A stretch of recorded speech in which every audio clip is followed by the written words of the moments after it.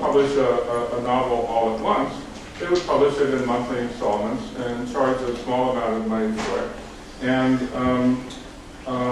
that would, they would reach their audience that way. And the amount of money, I think these they generally sold for a shilling, and that was kind of exactly what people could afford.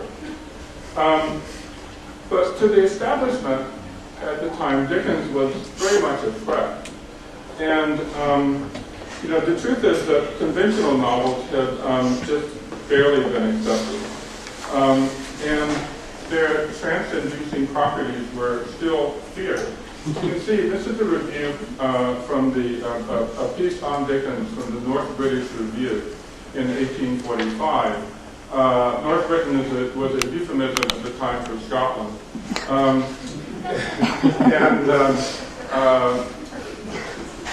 In particular, used by the more patrician elements.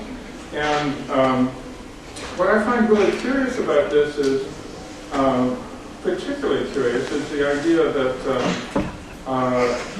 if you look at this carefully, you realize that reading is considered inferior to such pastimes as games and social networking.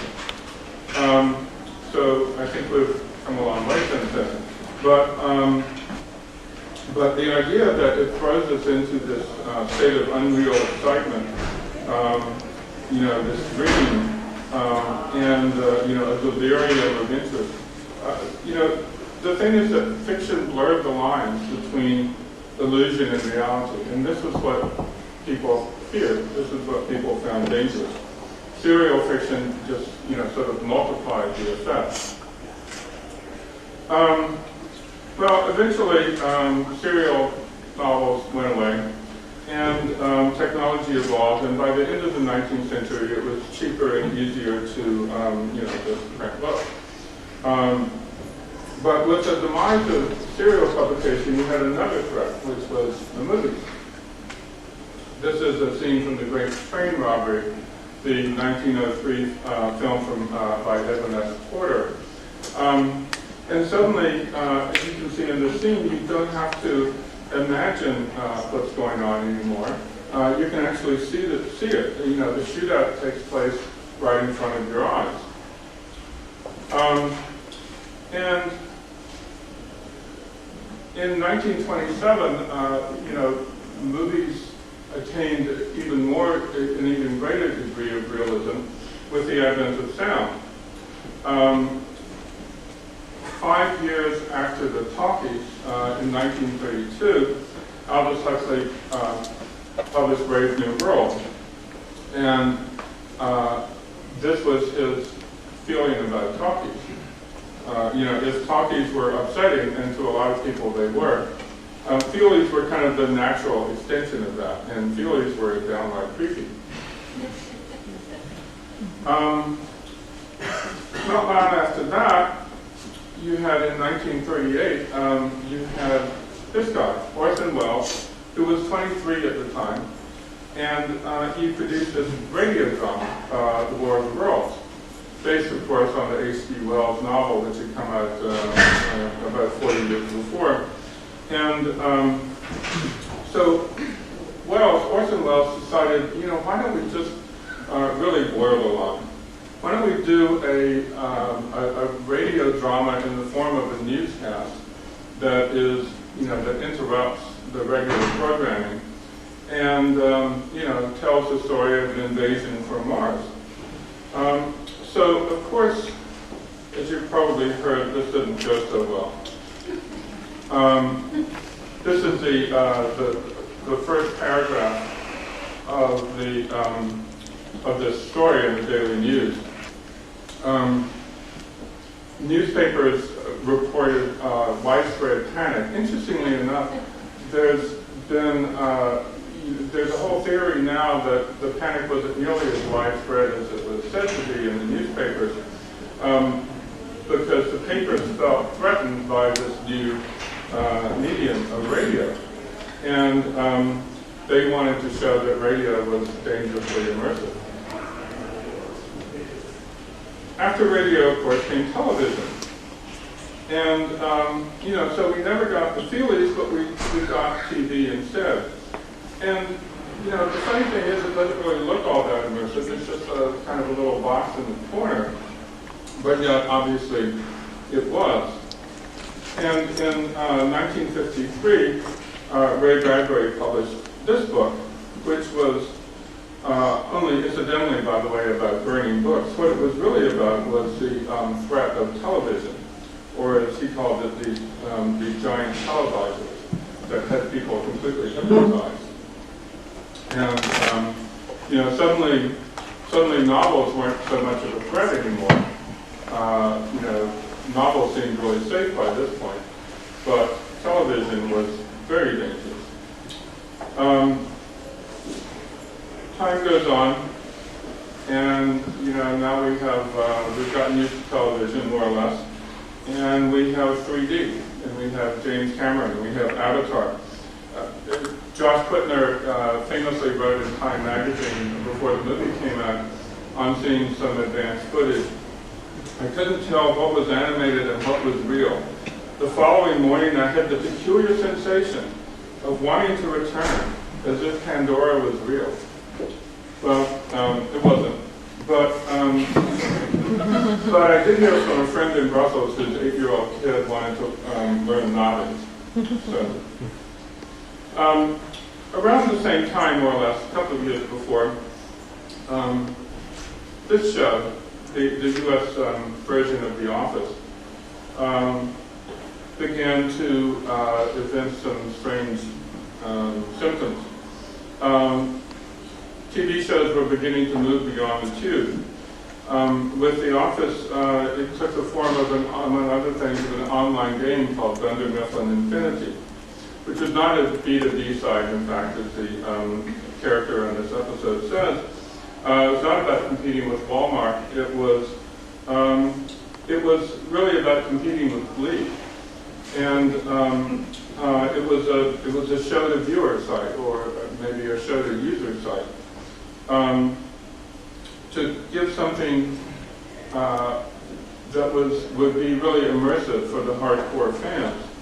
Greg Daniels, who was the creator of the U.S. version of the show, I interviewed him for the book, and he said, if you're not a fan, I'm sorry, if you are a fan, this extra material will be seen as a guarantee that the show will be rich and interesting. If it's not there, people feel like you haven't put a lot of work into it. Whereas Michael Schur, who wrote the Dunder Mifflin Infinity episode, said, there just seems to be a desire for stuff, extra stuff, webisodes. They just want stuff. Or, to paraphrase Dickens, please, sir, I want some more. Except that nobody really says please very much anymore.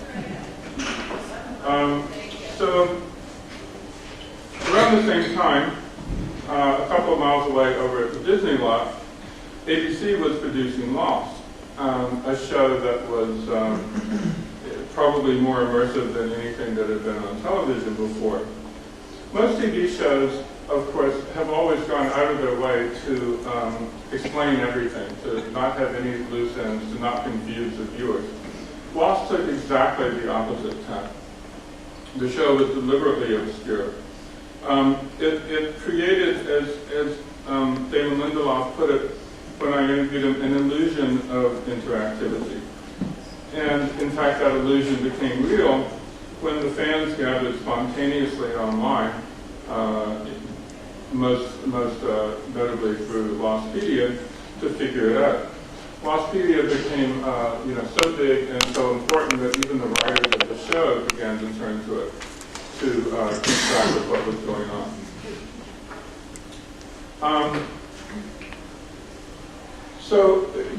But Damon and Carlton Hughes, the co-executive producer of the show, wanted to go further.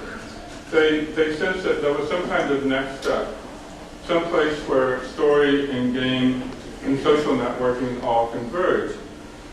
And even if they didn't quite figure out, didn't quite know how to do that, other people were taking up the challenge. Chris Christopher Nolan with Inception, which he's now reportedly working on a video game version. Guillermo del Toro started a studio called Murata, the express purpose of which is to merge game and film. All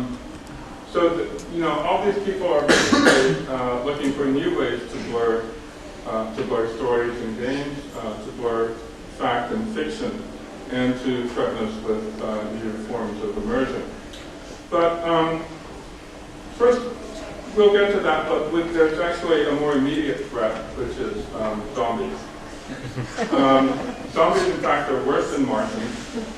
And we have Nate Goldman here, who produced a radio show which has numerous other elements called Undead End,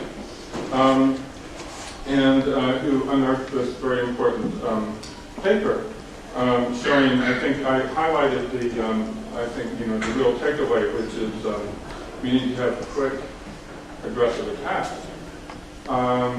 to disarm these creatures.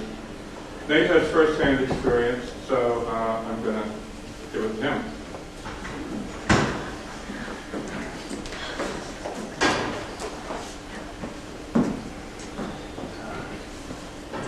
One second, I load up my presentation.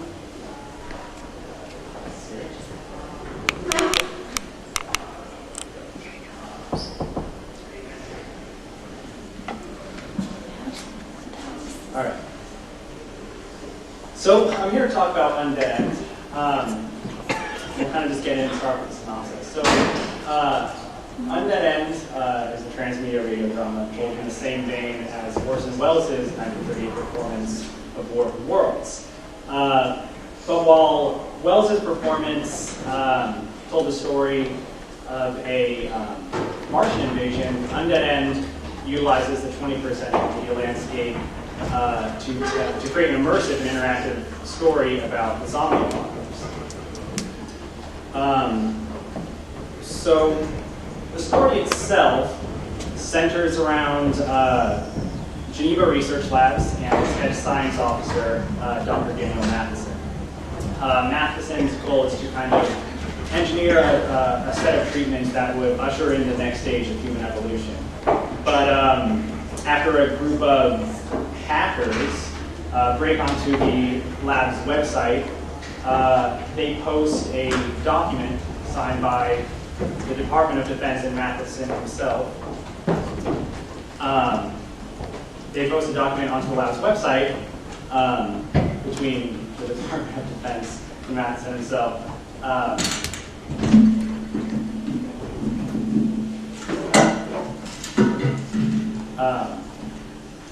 And basically thrusts Geneva Research Labs into a PR nightmare as people start to protest the lab for lying to them, essentially, because they publicly admitted that the lab was for benevolent purposes. But the question is, why would a seemingly benevolent research lab be funded by the Department of Defense, a military organization? So, as the story progresses, we start to see that this strange virus that's been affecting Bostonians has a lot to do, actually, with the research that went on at Geneva. So, as a lead-up to the show, we created a 1-minute radio spot that advertised Geneva Labs and Matheson. So basically it was a way to introduce Geneva and the story, and we aired that spot on WTBU Radio, which is Boston University's radio station, and we aired that for a few weeks during every show for a few weeks prior to the start of Undead End. And that was just a way that we could kind of drive traffic to Geneva's website and the Radio Alternation website, which was the news program through which the story unfolded. And another way we did this was by actually also planting news articles in the Boston University paper. And so we'd actually just buy ad space and then format it like the rest of the newspaper, and then just plant it in there. And so, as you can see, that has links to Geneva and mentions alternation. And again, this was to drive traffic to the online component. A being Geneva's website, where you could, where the hackers were relentless and kept shutting down Geneva's site and posting the document. Also, we hope people would Google Matheson and Geneva Research Labs. And upon doing so, you see the radio alternation site, which is the new site.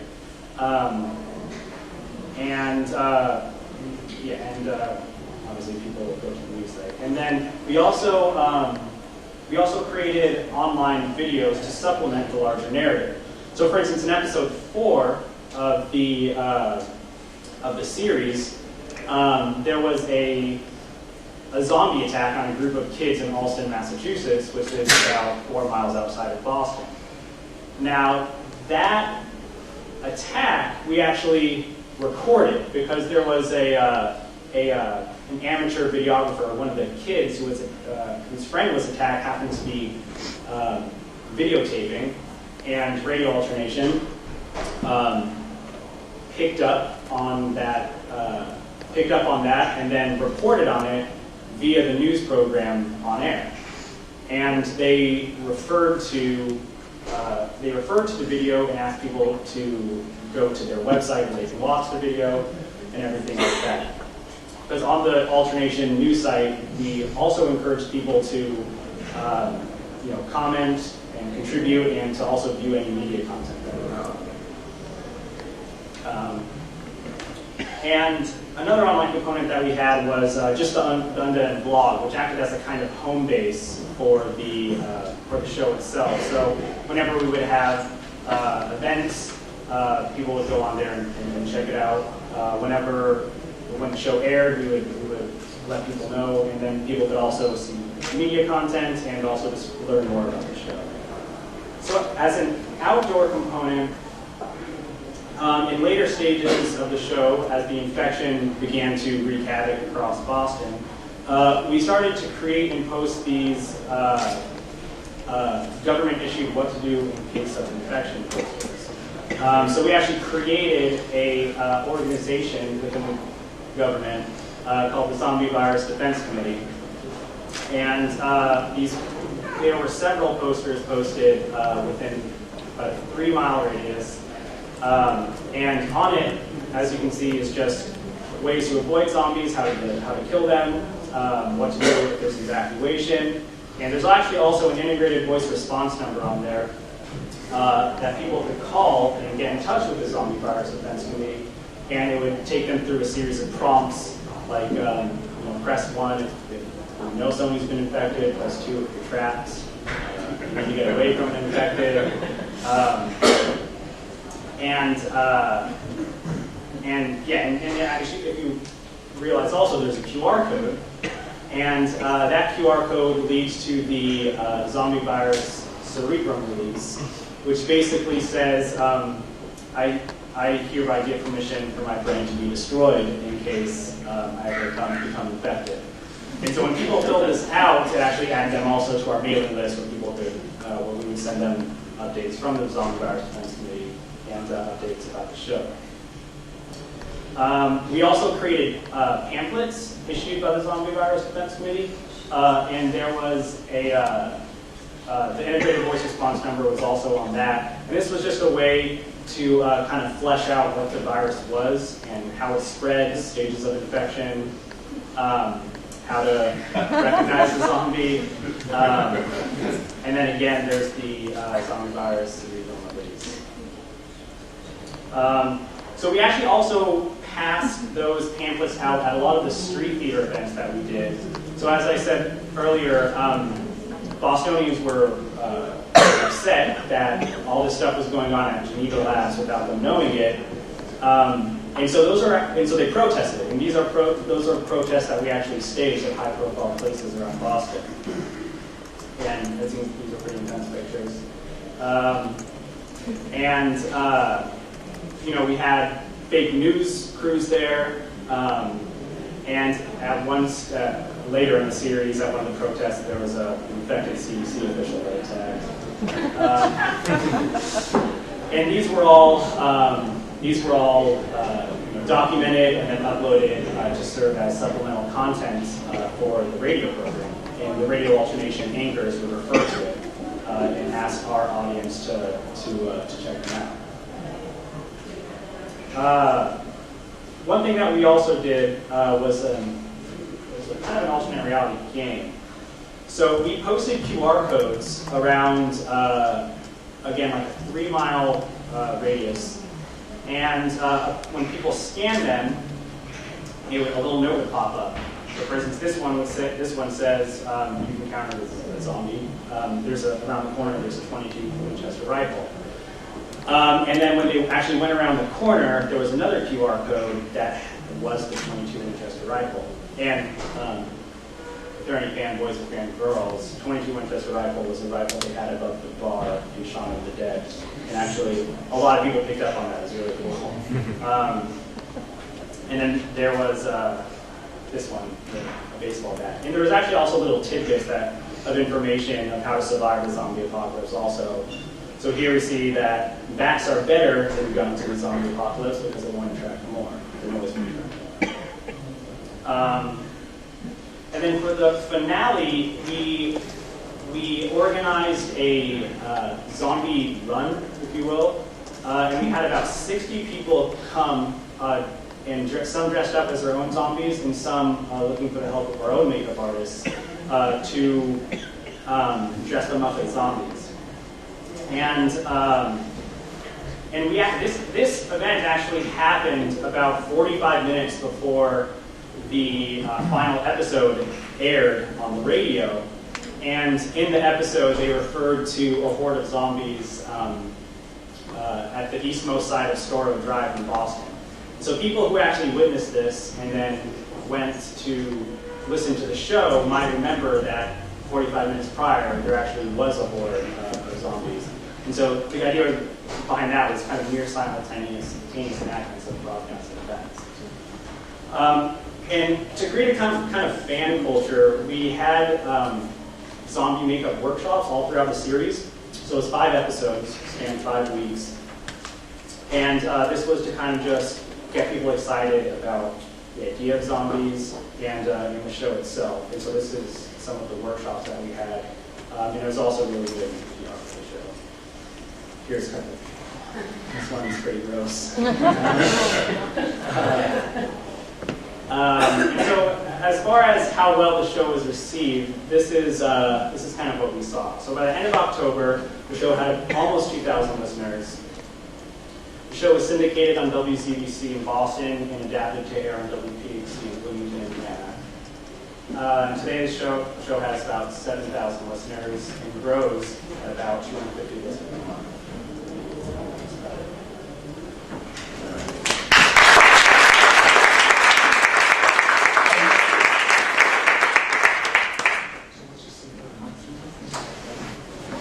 Chef.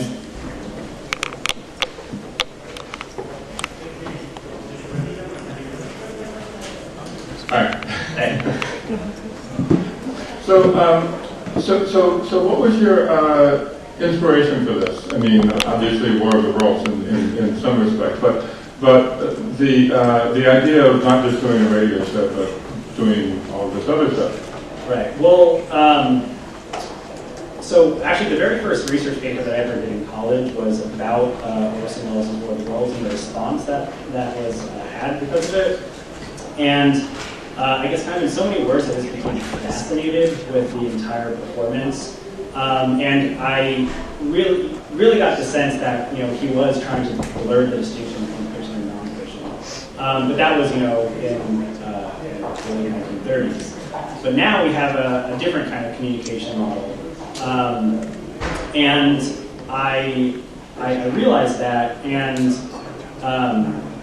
realized that we could actually blur the distinction between fiction and nonfiction more than Orson Welles ever could have imagined. Now that we have, access to the internet and everything like that. So, and so as I kind of tooled the show, I grew to realize that we can really blur that distinction like really well.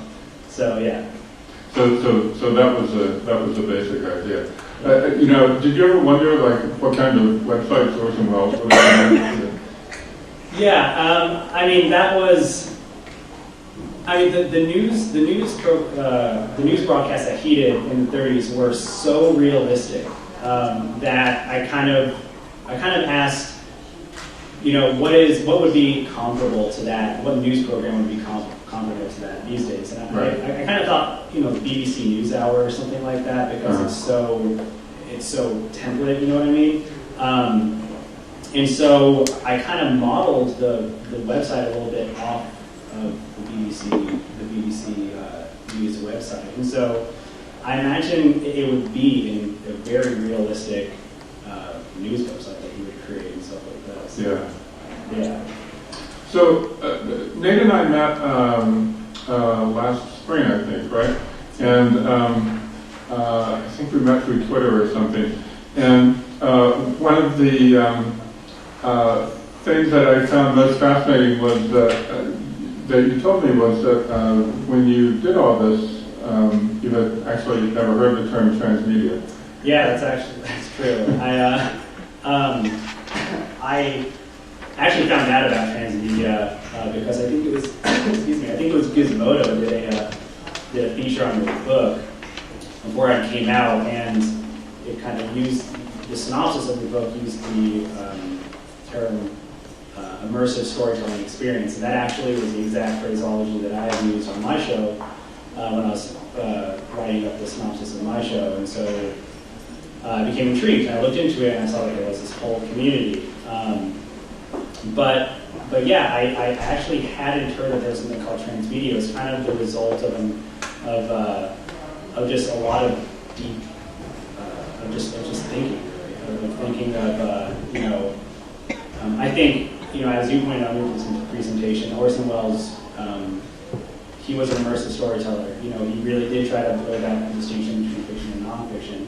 And so a lot of it was just thinking, you know, how can we adapt what Orson Welles essentially did into a more 21st century, you know, media landscape. And so, you know, it took about 2 years to concept and write and everything like that. But it was, but you know, it kind of just arrived as a result of just thinking what's the best way to immerse, you know, all of this in the story. Were you aware of examples of like ARGs and so forth? I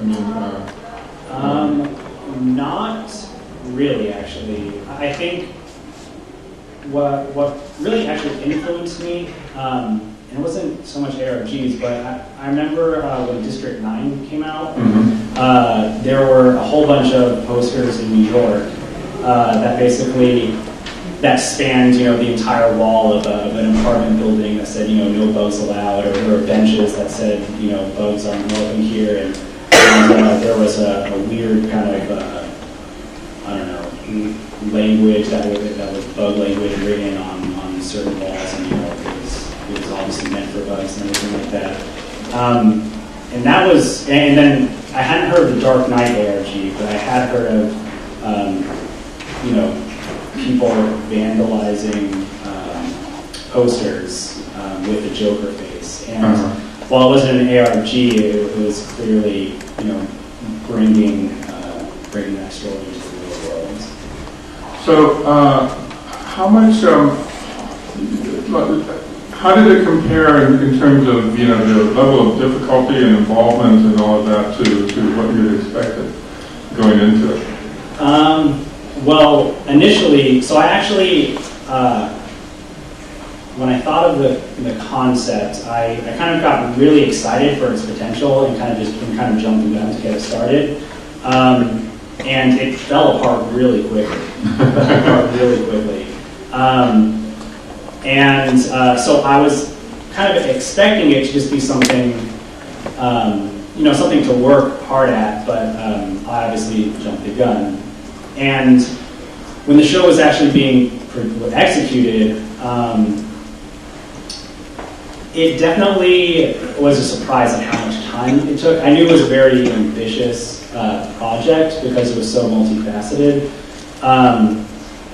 But I'd say that it definitely exceeded my expectations. I was taking a full course load actually while the project was going on, and it was within a 5-week period. So it was kind of, and we were recording on Sundays, recording on Sundays, and the show went up on Thursdays. And so during that process, I was in editing almost every night, and then also executing those transmedia components. So it was a lot of work. It was definitely a lot of work. I definitely pulled multiple all-nighters and stuff like that. So it was, but it was, it really just did exceed my expectations actually. Why did you start with radio? Were you working at the campus radio station, or? Yeah, I was. I had a kind of a talk show, I guess is how you classify it. So I worked out. I was on that for, I guess, maybe 5 months, something like that, before I actually started with Undead End. And I was an intern before that. But yeah, so I was already involved in radio, and that definitely helped kind of plant the seed of exactly what the project could be. Having that experience working in radio and getting to understand how people kind of interact with radio was definitely something that I was the most valuable from my experience in radio prior to that. Was it hard to get the station to go along? The what to go along? The radio station? Oh yeah, it was. So I actually, when I applied for the show at first, they were not into it at all, I still applied for one. I still applied for a time slot, and they gave me a 2 a.m. time slot. And at that point, it pretty much wasn't worth it to do anything.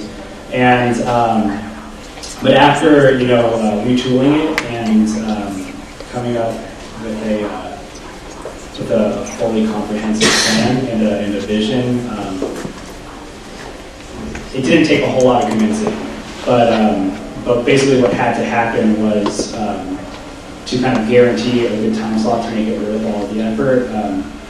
We had to create a radio performance department within the actual radio station.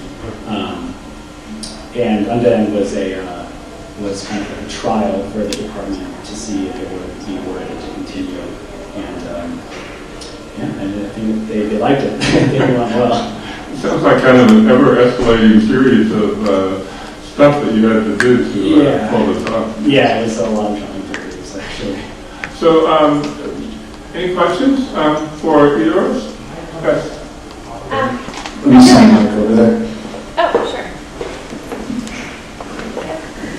You did lots of different things to promote your show, but do you have a feel for what was the dominant way that people share the show with each other and promote it for you? Yeah. So I actually didn't show on the presentation, but Facebook was actually probably the best. It was just a really easy way for people to. It was kind of a cascading effect. So people would, post on their own timelines, video content and stuff like that, and it kind of multiply based off of that. And Facebook it was a really good platform to take into account all of the media that we tied into the show. And so kind of usership jumped really quickly on Facebook, whereas with the alternation website, it was a lot slower too. We actually had to get a sizable audience before that would even pick up. Good. Yeah.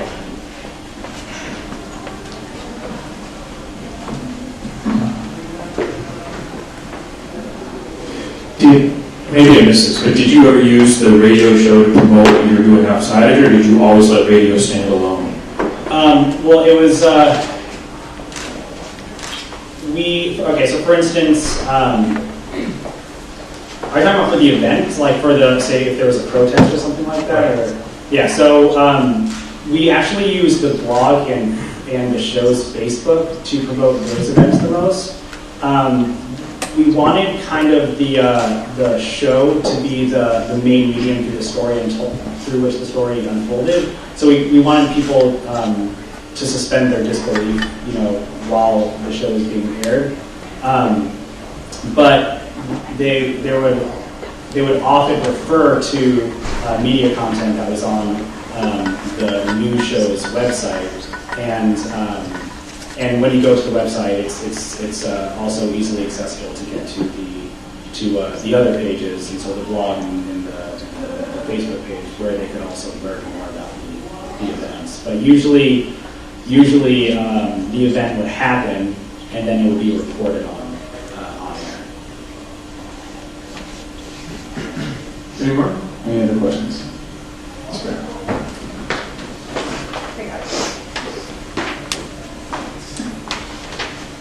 With all the stuff you're doing to support it, with all the communications and everything you put together, props for doing all that. That's amazing.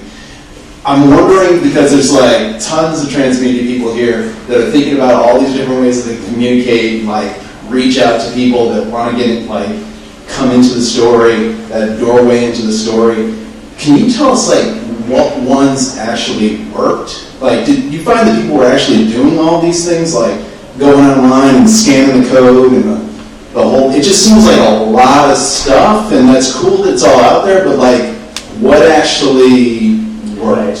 Right. So actually, there was a pretty large PR effort on the station's part to kind of get the word out there, and it was really the PR that drove a lot of the engagement. So there was, I guess they were influencers really, the people that we reached out to, and so when they would kind of post the article about the show, they would.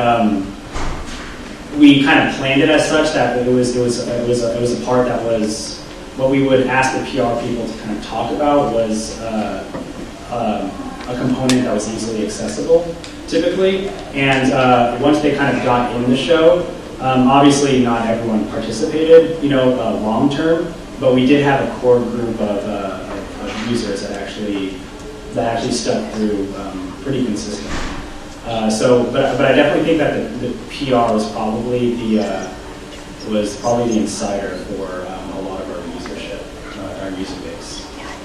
So the PR was aimed at bloggers, student newspaper? Yeah, bloggers, not even within Boston University, but bloggers in every student paper, student magazine, every online student magazine. And we cross-affiliated with a lot of groups, on campus and everything.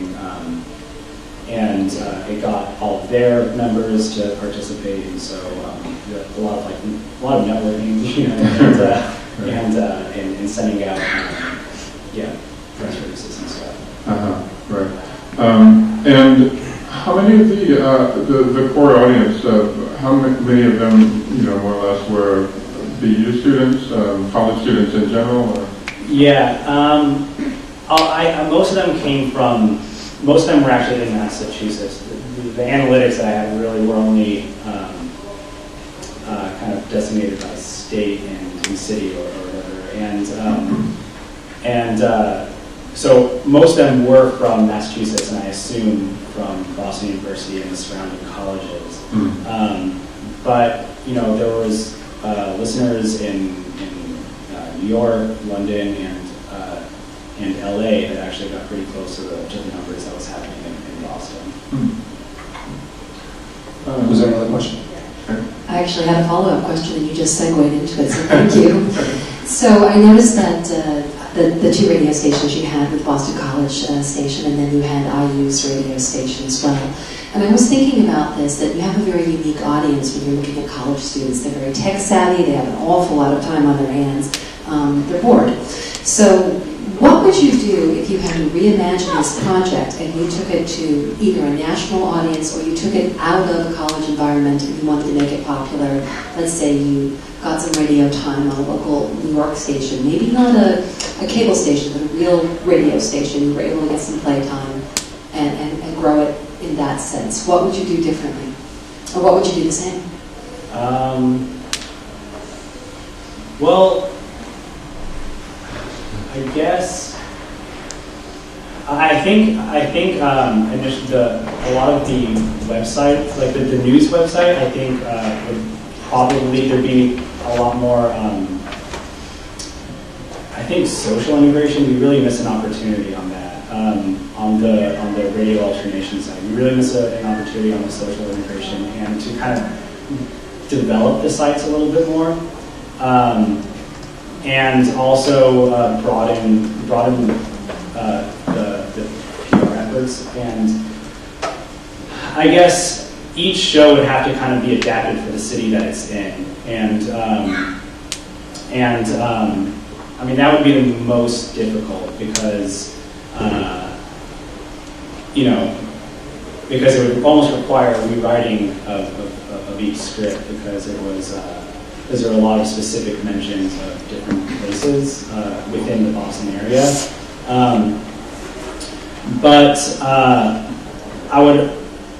I really wanted to use Boston more as a playground.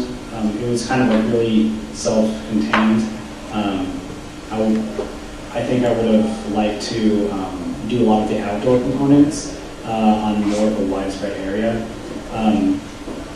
I think that it was bizarre enough of a thing to see the zombie posters and everything like that it would kind of drive attention. You know what I mean? And so I think if it was in a bigger city, definitely having those outdoor components a little bit more widespread is something that I think I'd probably focus on, and just a more national PR effort. Cool. So we have time for 2 more questions. Hi, can you just talk a little bit about the hard costs involved and if there was any funding for this or if it just was kind of people donations and radio, the radio station backing it, things like that? Yeah, so the advantage of actually starting a department within the station was that we had funding from the station. And so they contributed heavily to it. There was a lot of it out of pocket just to kind of see it get done. But I think where we really lucked out was it was on a college campus, so we were able to kind of institute more of a barter system in a way. So one thing that we did was when we needed makeup artists at one point, and so we reached out to theater organizations on campus and said, we need makeup artists.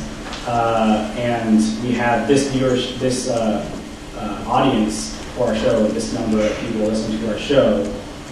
If you'll lend over some makeup artists and some makeup, we'll advertise your spring show on air.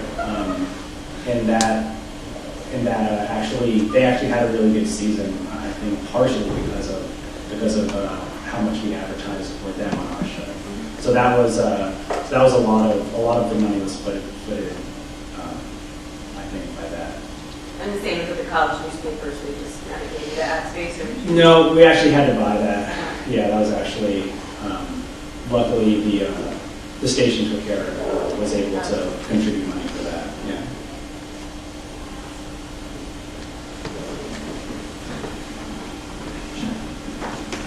Hi.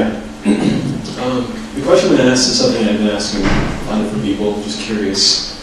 I read your book and you had a lot of case studies that you spoke with Night Shells, Transmedia, and audio series, and all these ideas that are kind of the genesis comes from some kind of television program or something that's something that we're aware of. And what you're bringing up with War of the Worlds, no one was really aware that this thing was a put on. They were all pretty much taking it as if it was happening in moment, packing up their bags, loading the family in the car, don't know where they're going to go. Right. And so now that we're entering, maybe this is a question for everybody, I don't know, I'll start a conversation, but transmedia, the power of transmedia, how important is it to say this is a put-on? And should we have any kind of trace of it that this is zombies? But, you know, there is no question of the fact that this is for real. And that the more you immerse yourself into it, the more you learn about it. And what you're doing is you're getting a lot of resources, so you're, you know, somewhat realizing this can be fictionalized, you know, because you have a sense of humor about it. The point is that maybe it's a reflection of what's happening somewhere in the world right now, you know? Right. Yeah. So, I mean, that's a really key question, I think, in all of this. You know, Elon Lee, who was one of the co-founders of 42 Entertainment, which did the first ARG, you know, gave this, or rather, I think it came in the form of a TV spot. He was given a few seconds to flash something, and he said, you know, what he wanted to say was, this is not a game. And then he gave a talk with the same name.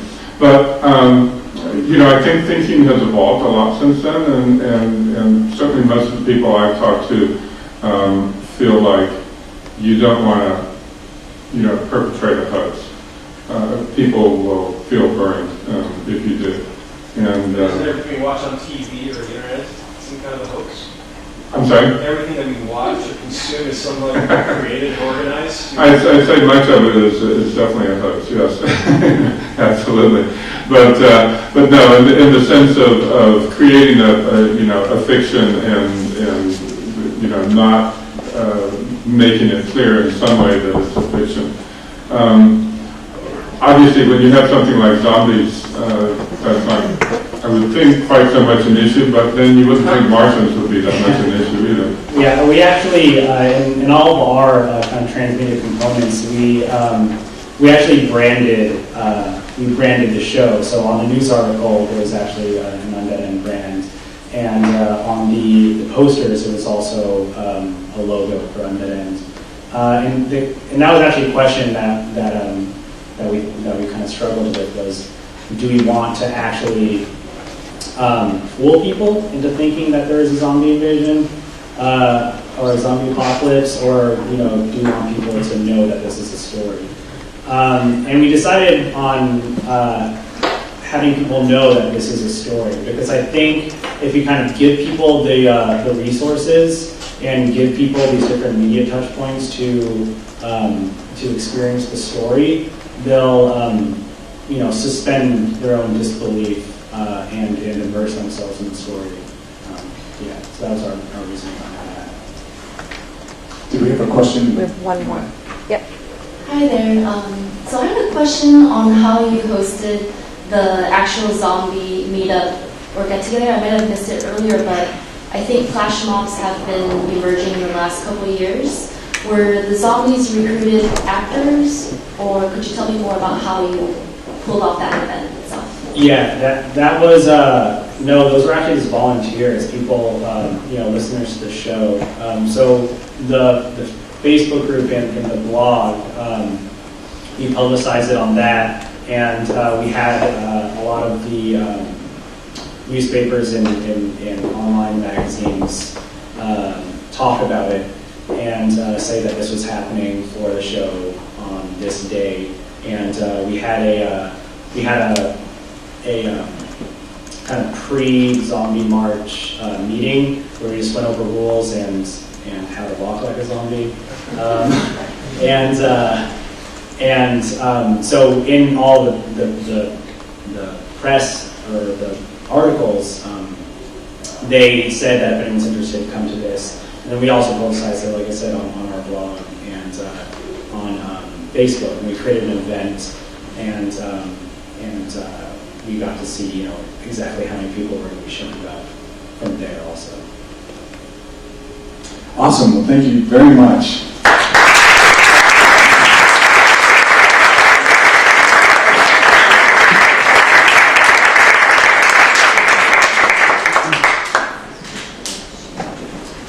So as we make our transition to our next part of the presentation, I would like to let you know that you're here on a very special day for us. We are launching a new organization, and I'd like to introduce to you our new managing director, Jen Beagle.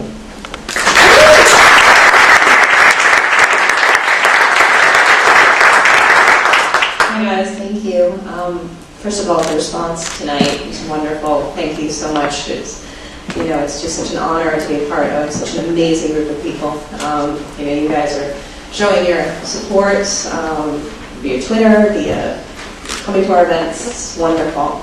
And as a few of you know, more of you know, we are transitioning to a nonprofit organization called StoryCode. And we have just filed for our articles of incorporation, and we are getting ready to start putting in the process next year's hackathon, and our website, and a holiday party. So we hope that you will continue to stay with us, and will tell your friends and your coworkers, and join in all of the wonderful festivities that we have coming up. So I want to thank you again, and if you want to talk to us afterwards, we're more than happy to talk, and we'll have more information as the months roll on.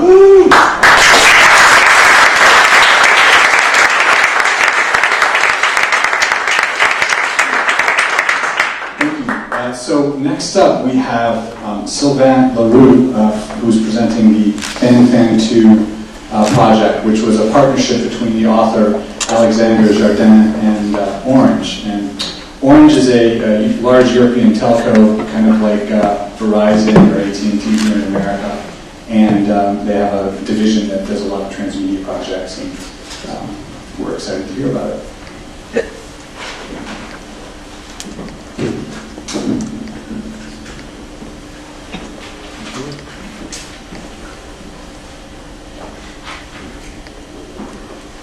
So my name is Sylvain Leroux. I'm from France, and I'm part of the brand team at Orange. First of all, I'd like to thank you, because Mike just told me that you were okay to do it in French. So no, I'm just joking. Just to tell you, be kind with my English, because it's been difficult for me. And second thing, you have to support my French accent during a couple of minutes. So sorry in advance.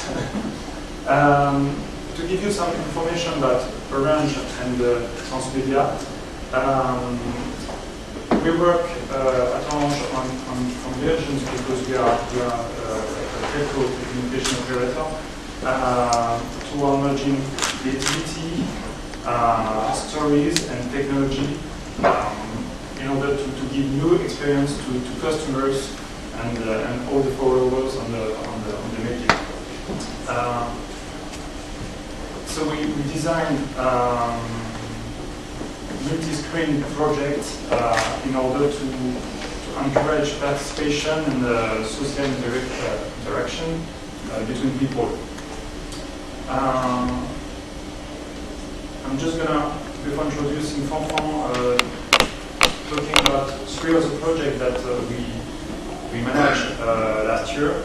The first one is a music game called My Star, where people have to manage a star online, and we develop a specific API in order to have some callbacks to the players.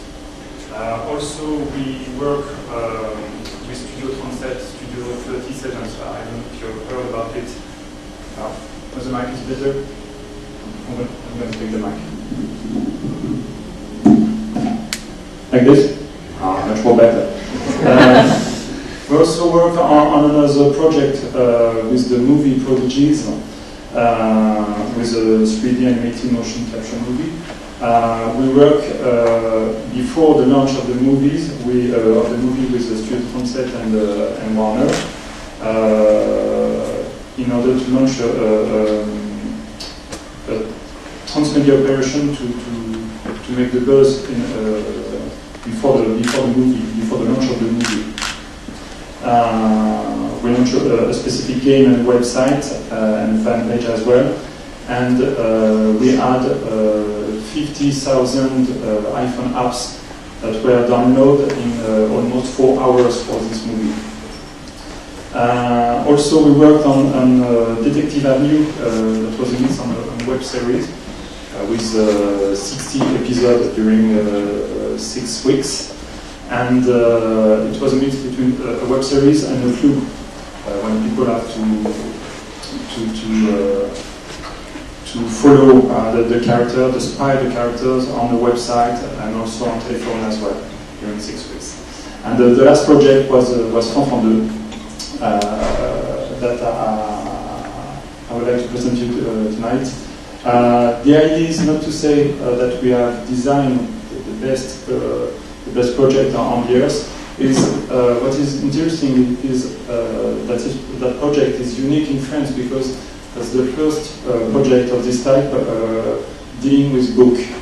And we start from an existing book, and that was the first time in France. I will show you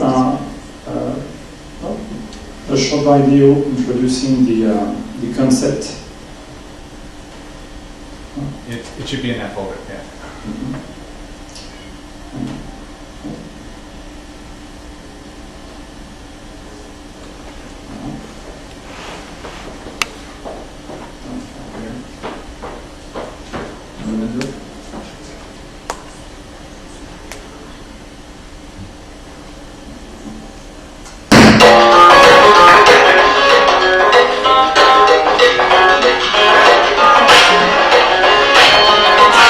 Imagine a new way of reading and writing stories. Open-ended stories, whose end would mark the beginning of a new reading experience. An original digital experience, blending creation and technology, where the story would be spread over different media. Every day, in real time, in digital and transmedia series, driven by both the author and the readers. Readers could be involved, react, join in, meet up, and get to know each other on Facebook, Twitter, iPhone app, and on the website.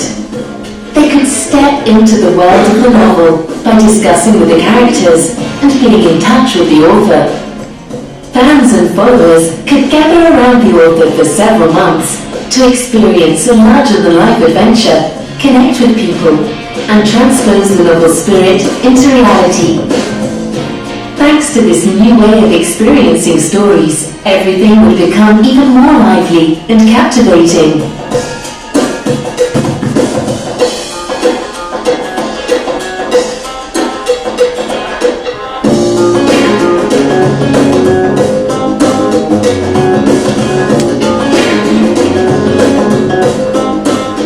N'oublie sans arrêt de trucs de FANFAN2 tous les jours quand je me réveille, j'ai envie vraiment. This new community-orientated storytelling experience exists. It's the FANFAN2 project developed by Orange with Alexandre Jardin, a lively, participative and surprising transmedia experience. Oui, ce que j'ai découvert pour ma part dans l'expérience FANFAN2, c'est que le monde numérique n'est pas seulement une nouvelle manière de raconter des histoires, c'est surtout et avant tout pour les gens une nouvelle manière de se raconter, de se rencontrer tout en suivant une histoire. Et c'est finalement ce qui se passe dans le monde réel des lecteurs qui est peut-être la chose la plus étonnante lorsqu'on crée une fiction numérique. A social experience.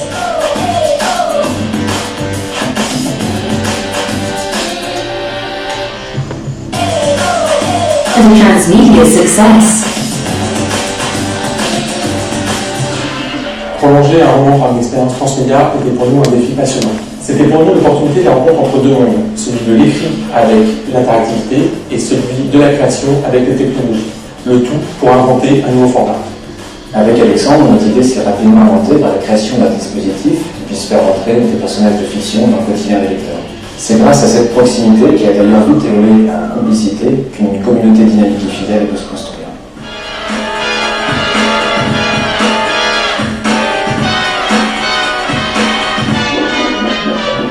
Raconter cette histoire aux côtés d'Alexandre Jardin a été vraiment une expérience captivante, autant pour nous qui incarnons les personnages en les faisant évoluer, que pour les lecteurs qui se sont plongés dans l'histoire et ont fait corps avec elle.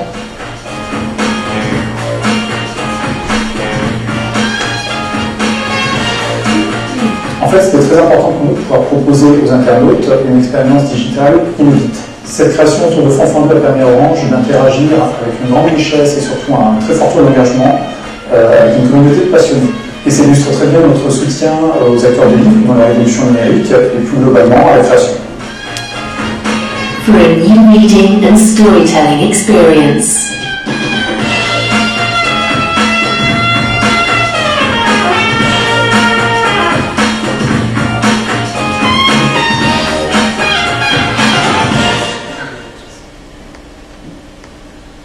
So you've got an overview of the team who was working on the project. You've got Morgan, who was heading the project with me. Stefan was the architect of the project. And Sandrine, that was our partner, who was dealing with the community management. And you will see that it was a huge part on that project. So this is a new reading and social experience around an existing book. The beginning of the project that was a new release of the book of Alexandre Jardin called FANFAN2, FANFAN2, 15 ans après. What is interesting on that is Alexandre allowed us to redesign his book, so we changed, for example, the cover of the book, and he accepts as well to change the final of the story. And for example, the last chapter has been changed by Alexandre in order to introduce our project. And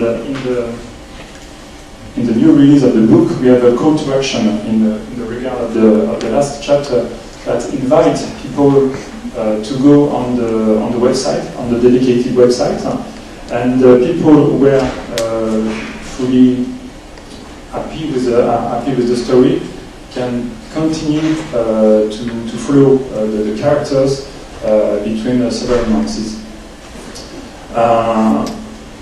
So we worked with Alexandre Jardin, who is a famous author in France. He already wrote FANFAN and many other books as well in France. This book has been adapted as a movie in the 90s with Sophie Marceau. I don't know if you have heard about that. She was in Braveheart, and it was a James Bond girl as well. So we just made the new release of this book in 2010. So this project is unique in France because it's a mix between and a great collaboration between famous brand Orange, because we are one of the French famous brand in the telco. We are the incumbent in France, and a very creative author that has wrote many books, and it helped us to design a new project on multiple platforms and channels as well. So it's a mix of an adventure because it was a daily story that followers can see on various platforms. Transmedia, because the contribution was not only to duplicate the content on a multiple channel, it was very completely adapted content on each channel and each support. And unique because it was the first time that this type of project has been created in France, and it was unique for the author because it's a new way of reading for him, and for the author in France, because the constraints are completely different than the way of writing daily, and different as well for the readers, for the followers, because they were not alone behind their book. They were participating into a story and helping the author to write the end of the story as well. So in practical terms, this experimentation, this project lasts approximately 7 months, and we try and we fail sometimes. And I will explain you what works and what works less for us. We try to deploy this project on many various platforms. We launched a dedicated website. That was the entry gate of the project. We were as well on Facebook, on Twitter. We have launched an iPhone app, and it allows all the people to follow all the story in various channels. So it allows us interaction, real meetings, and we'll give you some example after. And contagious optimism, because it's it's a love story, this book, but the idea is how to re-enhance our daily life in our purpose. So Alexandre each day propose to the followers a new receipt, a new love receipt to test. So many of them are a bit crazy, to be clear. Some of them you could realize it. There's one where it's a bit difficult to do it, but we've got some core users that test all of them. 98% of them, because some of them were really they can do it. So, but there's one couple who made a specific blog, and each day they test the new receipt and tell to the other one, okay, we've tested, we've got such a program, it was great because of that and so. So the idea was that the character Alexandre, it's not Alexander, the character is called Alexandre, test new love receipt every day, and he has some friends helping him every day. So as I told you previously, we test many digital platforms. So the entry gate was the website FANFAN2. We first launched after the Twitter account of Alexandre Jardin, and during the experimentation, during the following weeks, we launched the other account of the characters. We have launched also Facebook pages of so the characters. So that's completely forbidden because it's fictional characters, so that's forbidden by Facebook. But we have talked about it with Facebook, so that allows us to test the fictional characters on Facebook. So these are the Twitter accounts. The first one from Alexandre, and the Faustine was the bad girl of the story. Also an iPhone app. All the tweets that were in real time written by Alexandre, the character, were implemented directly in the iPhone app. And the idea at the beginning of the project was that first it was the main point of contact of the project, that it was the daily object, the iPhone, the telephone, that people have on their pocket and could use to see where the story or what is the project of the day, what is the receipt of the day, does he test it or not, and finally you will see it was not the best point of contact for us. Also, we try to test some games to fix the project into reality. The principle we ask that people ask to write their own story, their own love story. And what is interesting is most of the time on Facebook, people just like. We've got some engagement, people like. People put some lol, that's great, that's a good idea, very short answer. And with the type of game, all the people have written a story of almost 20 lines. So that's not a book, I fully agree with you, but in terms of engagement, it's much more important for people, and it takes time to write a story on 20 lines.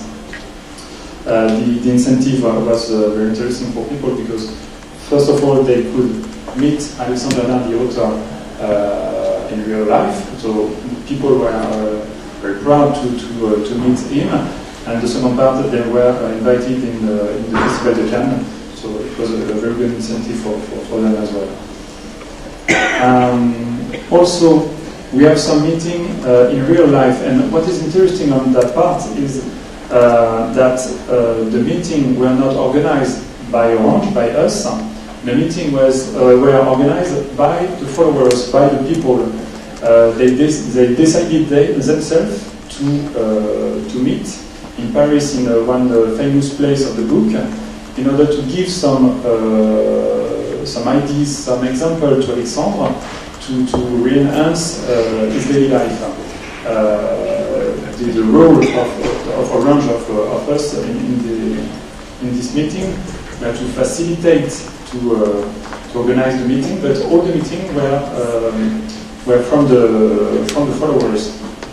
So in terms of engagement, one more time, is very important for us because it shows that the people were fully engaged on that project.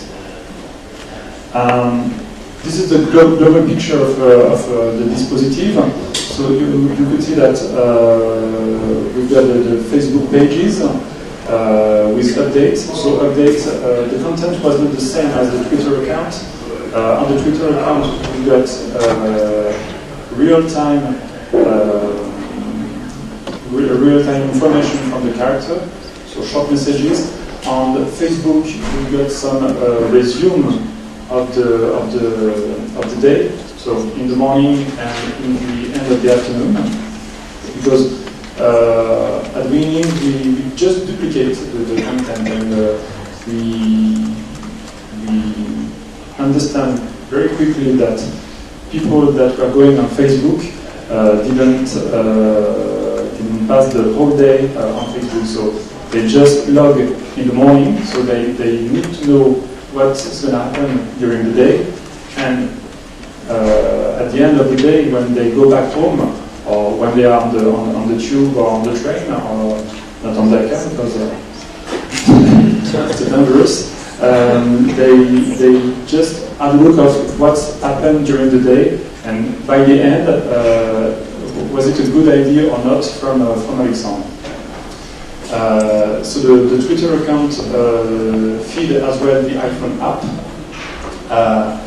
and so game, meetings, and we finalized the whole project with an iPad app with a kind of Bible of the best recipe from Alexandre.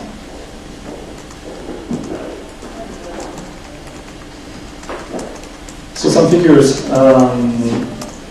What is interesting there is the best point of contact for us was Facebook, and you could see that in terms of followers, we didn't have hundreds of thousands of followers, but we got a bit more than 7,000 of followers for the page FANFAN2, but they were fully engaged every day.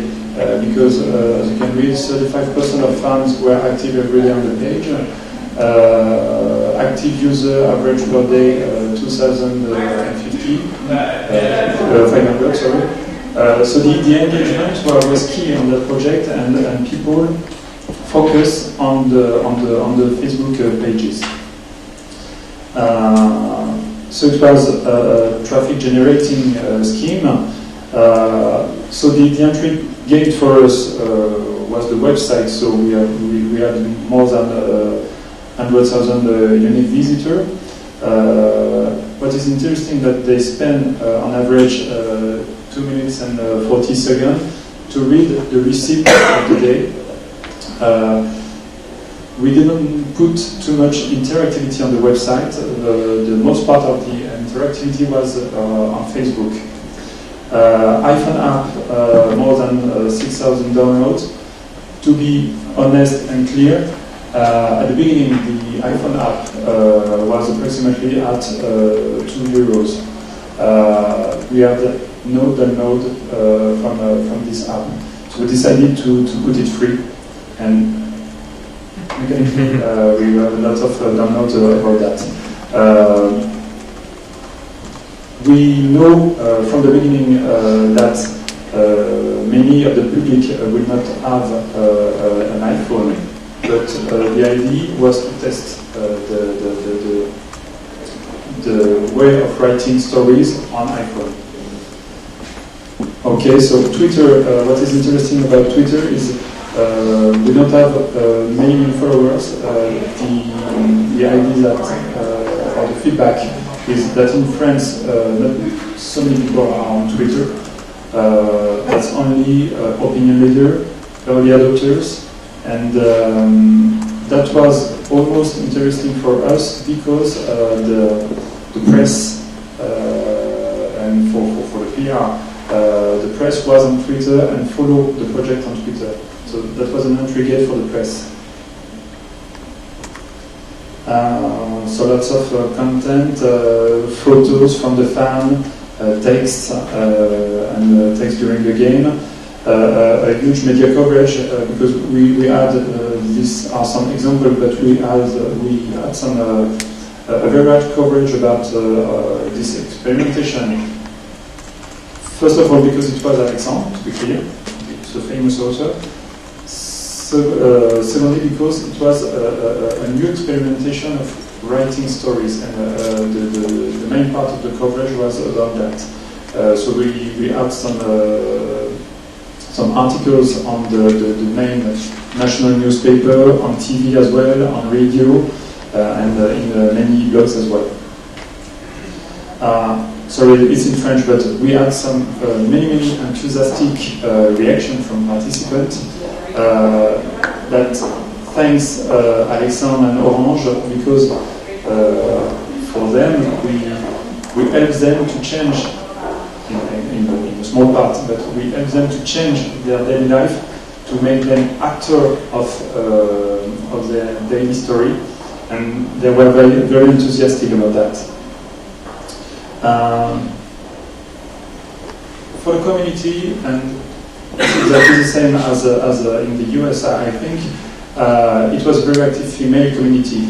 Female community because it's a romantic book, so that's the target of the book, and also because in France 80% of the readers are female.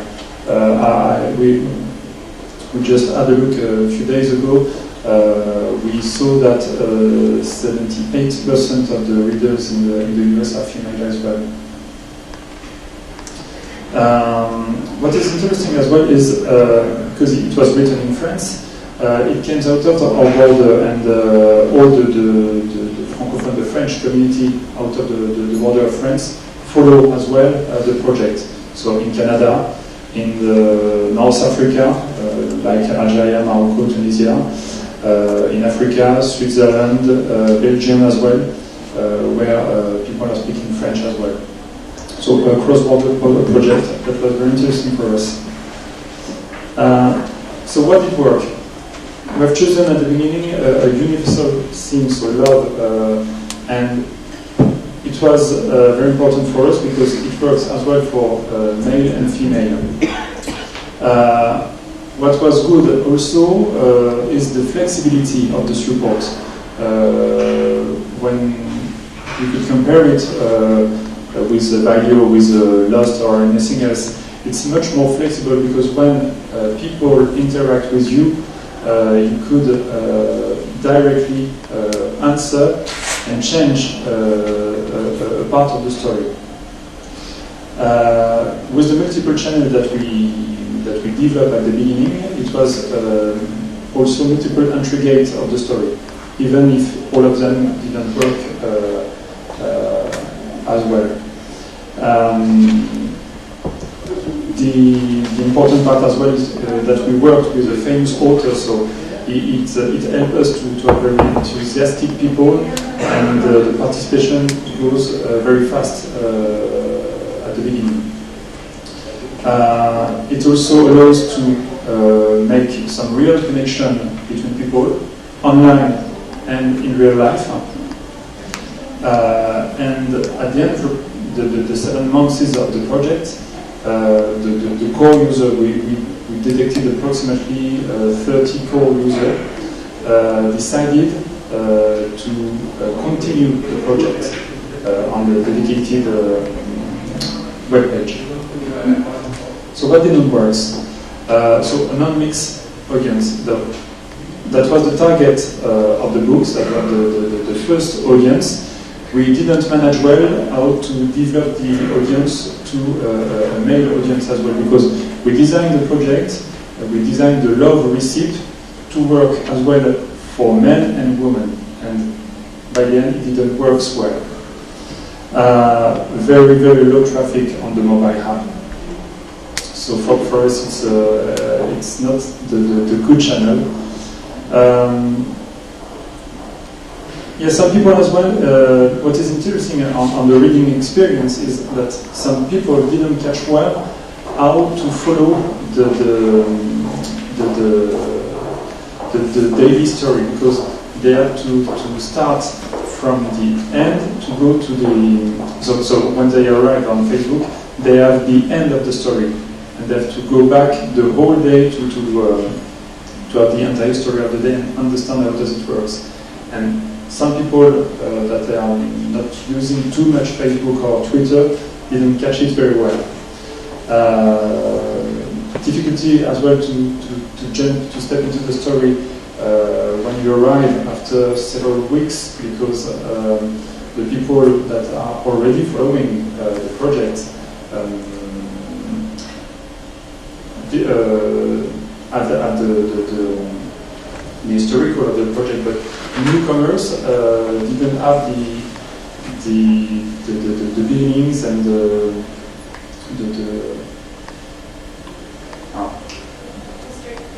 history. Summary. The summary, yeah. Thank you.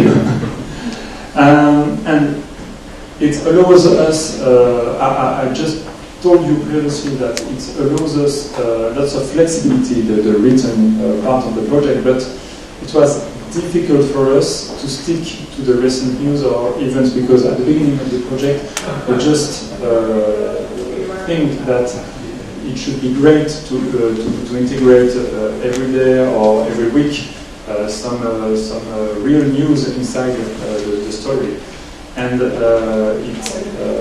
it's a lot of work, and it's a lot of work for the author, it's a lot of work for the community managers as well, and it was not all the time possible. So to give you some feedbacks, after these 7 months of project experimentation between the two, we have learned that people have a huge expectation to meet themselves online and in real life. And it was a very, very important point for Alexandre. We discussed a lot about it, and in the video he says it's a new way for people to meet each other beyond the book. So starting with a famous author, although to foster interactivity quickly, okay. Beyond the story, community management is key, and it's time-consuming. To give you an example, we had 2.5 people working daily on the project, and that allows us to perform on interactivity, on engagement. But that was a third of the cost of the project. Facebook is definitely the best place to find your audience. Twitter, we had a very, very low audience. The website was a quite good entry gate, but the major part of the audience was on Facebook. Yes, I put as well less app development, more product placement. If you get to spend some money, to spend some time, do not spend your time.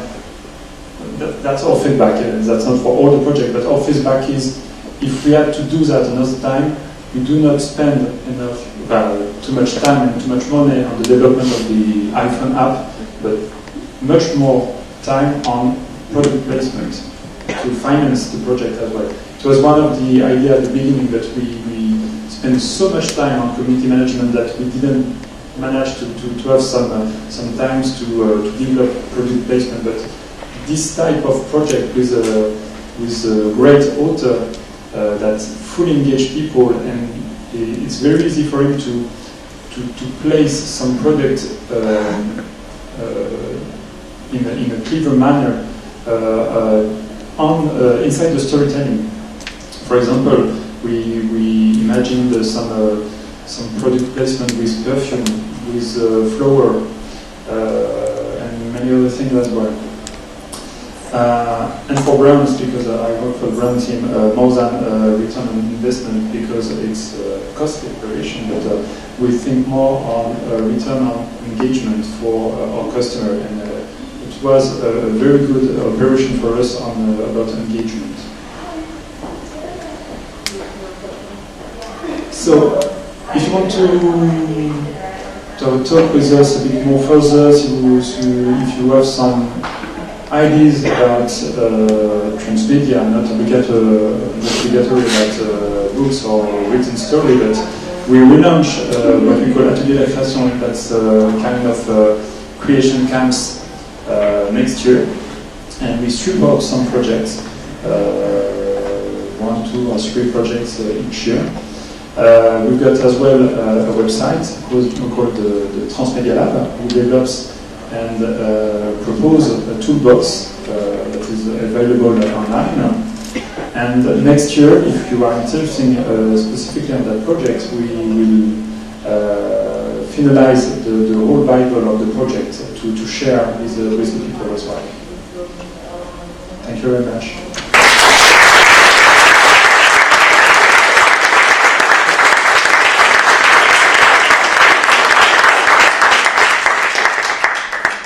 We have time for a couple of quick questions. Any questions? Congratulations, it's very exciting to see all your efforts. Can you just tell us in a little bit more detail what the videos were doing in the whole campaign? The videos? Yeah. Were they actual characters and like... We did only one time some videos during the project. It was during the Cannes Festival, because it was the only time when we managed in real life events with the characters. So we make some small videos with a small camera, and we put it just 30 minutes after the real time on the web. We put it on Facebook it allows the other participants to see exactly what's happened during the story and what's happened with the 2 followers that wins the right to meet Alexandre and to go to Cannes. The other videos that you saw on the movie were video from the internet users. So we just managed one time during one week some videos. Okay, and was the author involved in the writing with the participants? Was he at a distance from the writing itself, the story, or was he really involved in the whole online story? Yes. He was writing the whole story. So he was writing the story 1 week before and adapting during the week regarding the reaction of the public. Great. Okay. So he was writing the online experience after the book. All right, great. Thank you. So then, just to clarify, so the projects that Orange is funding, is it open just to French groups, or is it open to kind of... No, not only French group. It takes place in France, but you could apply online. So American groups could apply. Also, yeah. There you go. One more question. How many books, what was the current run of the book initially? And did you find that what this did it sell more books? So, sorry, how many books were sold before? 60,000 from the FANFAN2, much more from the first release, FANFAN, in the 90s. I do not have the number, but much more in the first book. And do you think that this drove people to buy the book while it was going on? It was very difficult for us to measure where people came from, because there's the call to action at the end of the book, but we made also lots of PR at the launch of the operation, and we didn't get the right tool to measure where do they come from exactly. Thank you.